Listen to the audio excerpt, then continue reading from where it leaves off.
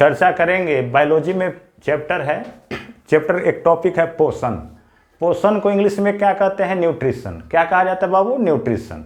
Nutrition यानी पोषण है क्या? तो हमारे शरीर में बहुत सारी जैविक क्रियाएं होती है। जैविक क्रियाओं का मतलब जैसे हमारे शरीर का वृद्धि होता है, विकास होता है, अनुरक्षण। ये अनुरक्षण क्या है? तो हमारे शरीर में मेंटेनेंस की ज़रूरत होती है, यानी कोशिकाएं, जब हम कोई काम करते हैं तो कोशिकाएं क्या होती हैं? काम करने के दौरान कोशिकाएं में टूट फूट होती हैं। क्या होती है बाबू? टूट फूट। जिससे हमें क्या होता है? शरीर में थोड़ी सी सुस्ती आती है। क्या आती है? सुस्ती, क्योंकि कोशिका का वहाँ पे क्या होता है? डिवीजन होता है। तो इस टूट फूट को मरम्मत करने के लिए और हमारे शरीर में वृद्धि और विकास के लिए क्या चाहिए? भोजन चाहिए। क्या चाहिए? भोजन। और भोजन से हम लोग क्या ग्रहण करते हैं? जो भोजन से जिस चीज़ को हम ग्रहण करते हैं उसको कहते हैं पोषक पदार्थ। क्या कहते हैं? पोषक पदार्थ। और पोषक पदार्थों से हमारे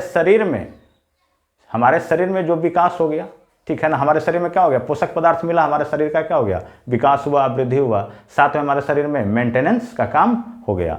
तो पोषण क्या है? तो कि जब जिस पोषक पदार्थ से हमारे शरीर की जो क्रियाएं संपादित हो जाती हैं उसी को क्या कहते हैं? पोषण। क्या कहेंगे बाबू? पोषण। तो पोषण के लिए हमें क्या चाहिए? पोषक पदार्थ चाहिए। पोषक पदार्थ के बारे में हमने आपको बताया। पोषण के लिए अब क्या क्या चाहिए? पोषक पदार्थ। देखिए, पोषक पदार्थ जो हैं दो प्रकार के होते हैं। पोषक पदार्थ कितने प्रकार के? दो प्रकार के। पहला है कार्बनिक और दूसरा है अकार्बनिक।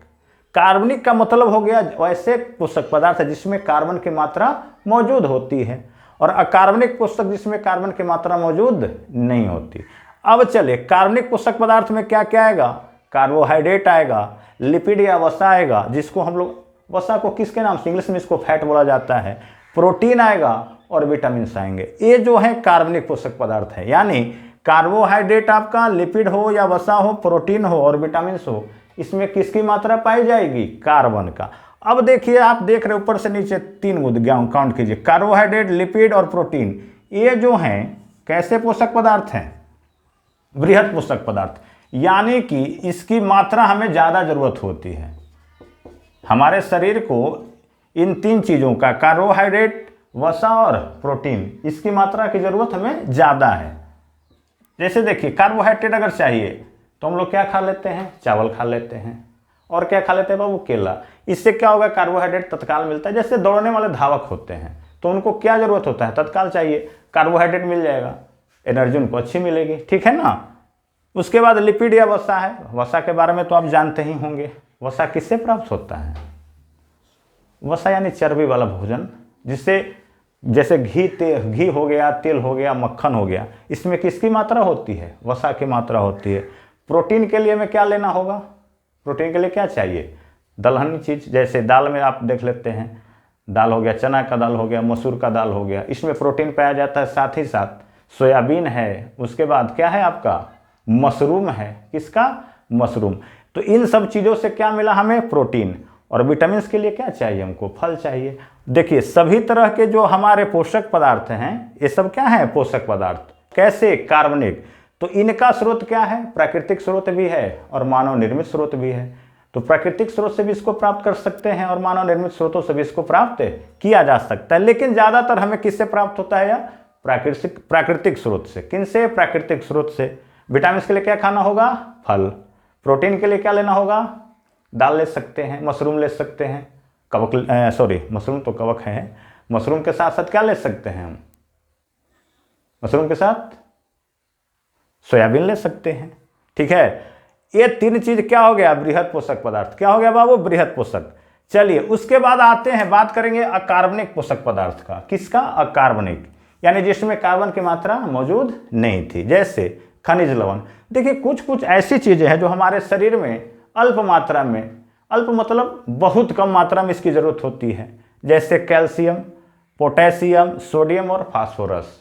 हालांकि हमारी जो हड्डियां हैं वो किसकी बनी होती है? कैल्शियम और फास्फोरस का, जिसके कारण ये हड्डी क्या होती है? मजबूत होती है। हमारी हड्डी किसके कारण से मजबूत है? कैल्शियम और फास्फोरस के कारण, ठीक है। तो इसकी अल्प मात्रा की आवश्यकता होती है। ऐसा नहीं है कि हमें प्रतिदिन 5 ग्राम, 10 ग्राम, 20 ग्राम कैल्शियम चाहिए, थोड़ी थोड़ी मात्रा में चाहिए। तो इसको कहेंगे कैसा बाबू? सूक्ष्म पोषक। कैसा कहेंगे? सूक्ष्म। सूक्ष्म मतलब छोटा, सूक्ष्म पोषक पदार्थ। कैसा पदार्थ? सूक्ष्म पोषक पदार्थ, जिसमें क्या क्या आ गया आपका? कैल्शियम आ गया, पोटेशियम आ गया, सोडियम आ गया और फास्फोरस आ गया। ठीक है। उसके बाद सबसे नितांत आवश्यक चीज हमारे शरीर के लिए है और पोषण के लिए बहुत जरूरी है, वो है जल। क्या है बाबू? जल। आप जानते होंगे कि जल क्या है? जल एक प्रकार का यौगिक है। क्या है? जल यौगिक है, जो हाइड्रोजन और ऑक्सीजन के मिलने संयोग करने से बनता है। हाइड्रोजन भी एक तत्व है आपका, ऑक्सीजन भी क्या है? एक तत्व। जब दोनों संयोग कर जाते हैं तो क्या बना लेते हैं? यौगिक। क्योंकि इनका अनुपात निश्चित होता है, हाइड्रोजन का 2 और ऑक्सीजन का 1, अनुपात निश्चित है, तो क्या बन जाएगा? कंपाउंड यानी यौगिक। अब चलिए, उसके बाद है कुछ मुख्य पोषक तत्वों का कार्य, यानी हमारे शरीर में। और देखिए, पोषण ऐसा नहीं है केवल मनुष्यों को चाहिए, सभी जीव जंतुओं को चाहिए, पादप को भी चाहिए, जितने भी जीव जंतु हैं सबको पोषण चाहिए।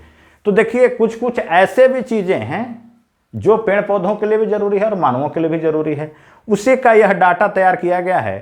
तो देख सकते हैं आप कि यहाँ पे डाटा आपको दिया गया है, एक तत्व है, उनका कार्य है।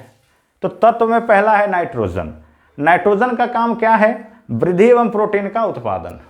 क्या क्या बाबू? वृद्धि एवं प्रोटीन का उत्पादन, यानी हमारे शरीर में वृद्धि का काम करता है कौन बाबू? नाइट्रोजन। देखिए, शरीर का जब विकास होता है, शरीर का विकास पहले किससे पढ़े होंगे? HNO+। HNO+, H का मतलब हो गया हाइड्रोजन, N का मतलब नाइट्रोजन, O का मतलब ऑक्सीजन और C का मतलब कार्बन। ये चारों चीज मिलकर क्या बनाते हैं? क्या बनाते हैं बाबू? ये चार चीज मिलकर क्या बना सकते हैं? HNO+, हाइड्रोजन, नाइट्रोजन, ऑक्सीजन और कार्बन मिलकर क्या बनाते हैं? जल्दी बताइए। चलिए, नहीं पता तो ये चारों चीजें मिलकर क्या बनाती हैं बाबू? ये चारों चीजें मिलकर क्या बनाती हैं? तो प्रोटीन बनाती हैं। क्या बनाती हैं? प्रोटीन। ठीक है ना। तो अभी देखा हमने नाइट्रोजन में नाइट्रोजन के बारे में पढ़ा ना कि प्रोटीन का उत्पादन, ये चारों मिलकर प्रोटीन बनाती हैं।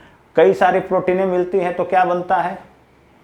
कोशिका। क्या बनती है? कोशिका। कई सारे कोशिकाएं मिलती हैं तो ऊतक बनता है, कई ऊतकों के मिलने से अंग बनता है और कई अंग मिलने से अंग तंत्र, उसके बाद शरीर, शरीर के बाद समुदाय। इस तरह से हमारा जैविक विकास होता है। ठीक है। तो चलिए, नाइट्रोजन का काम क्या था? वृद्धि एवं प्रोटीन का उत्पादन। उसके बाद है फास्फोरस। फास्फोरस जड़ों का विकास करता है। देखिए, फास्फोरस जंतुओं को भी जरूरी है, पादप को भी और जंतु को भी, दोनों को चाहिए फास्फोरस। पोटेशियम, इससे क्या होता है? उच्च गुणवत्ता यानी हाई क्वालिटी की वस्तु प्रदान होती है। उसके बाद है सल्फर।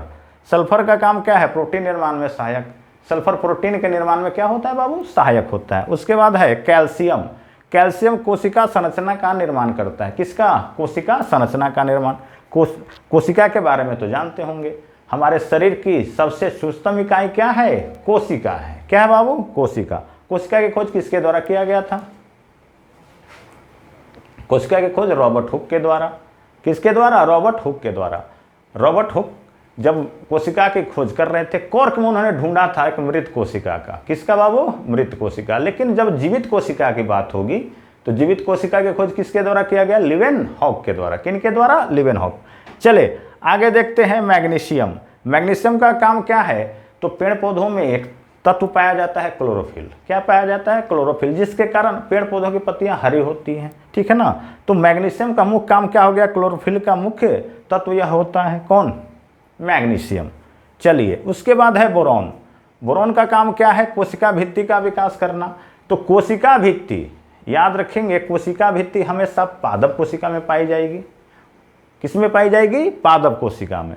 जंतु कोशिका में कोशिका भित्ति अनुपस्थित होता है। तांबा यानी कॉपर, इसका काम है एंजाइम की सक्रियता, यानी एंजाइम हमारे बॉडी में है या पेड़ पौधे में, उसको सक्रिय कम करने का काम किसके द्वारा किया जाता है? तांबे के द्वारा, यानी कॉपर। कॉपर का संकेत क्या है? Cu। चले, अब है लोहा। लोहा यानी फेरस। लोहा का संकेत है, ऐसे तो लोहा को अंग्रेजी में हम लोग आयरन बोलते हैं, लेकिन इसका संकेत Fe होता है ना। तो मतलब क्या है कि लोहा का लैटिन नाम क्या है? फेरस। अब ये लैटिन शब्द कहाँ से आया? तो जो यूएस से है, जिसको यूनाइटेड स्टेट ऑफ अमेरिका कहा जाता है, उसके बीच के हिस्से, यानी बीच के जो बीच का भाग है, वहाँ के जो लोग रहते हैं उनको लैटिन कहा जाता है। क्या कहा जाता है? लैटिन। और उन क्षेत्रों में लोग ज़्यादा पढ़े लिखे हैं तो उनके द्वारा दिया गया भाषा है, यह नाम है क्या बाबू? फेरस। फेरस का काम क्या था? क्लोरोफिल का उत्पादन, यानी लोहे का काम हो गया क्लोरोफिल का उत्पादन करना।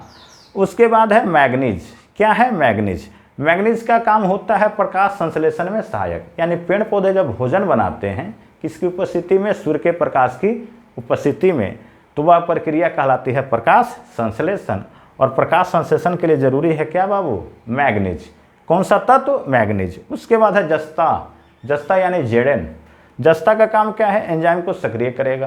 क्या करेगा बाबू? एंजाइम को सक्रिय। तो आपने यह जो अभी चर्चा हमारे द्वारा किया गया पोषण का, पोषक पदार्थों का और पोषक तत्वों के कार्य के बारे में आपको बताया गया है।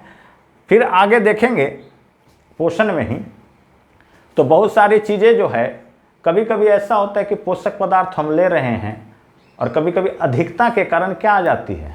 सुस्ती आ जाती है। जैसे कार्बोहाइड्रेट। कार्बोहाइड्रेट अगर लिमिट मात्रा से ज़्यादा ली जाए तो उसमें भी क्या होता है बाबू? हमारा शरीर सुस्त हो जाता है। मतलब अब उसको जो भोज्य पदार्थ हम लिए हैं तो उसको पचाने में हमारी कोशिका क्या हो जाती है? वर्क करने लगती है, जिससे क्या होता है? शरीर में थोड़ी सी सुस्ती आती है। लेकिन अगर एक लिमिट मात्रा में ली जाए, एक सीमित मात्रा में इसका प्रयोग किया जाए तो यह क्या होता है? फायदेमंद होता है। ठीक है ना? तो आज थोड़ा सा टॉपिक आपकी चर्चा हुई है पोषण का। चलिए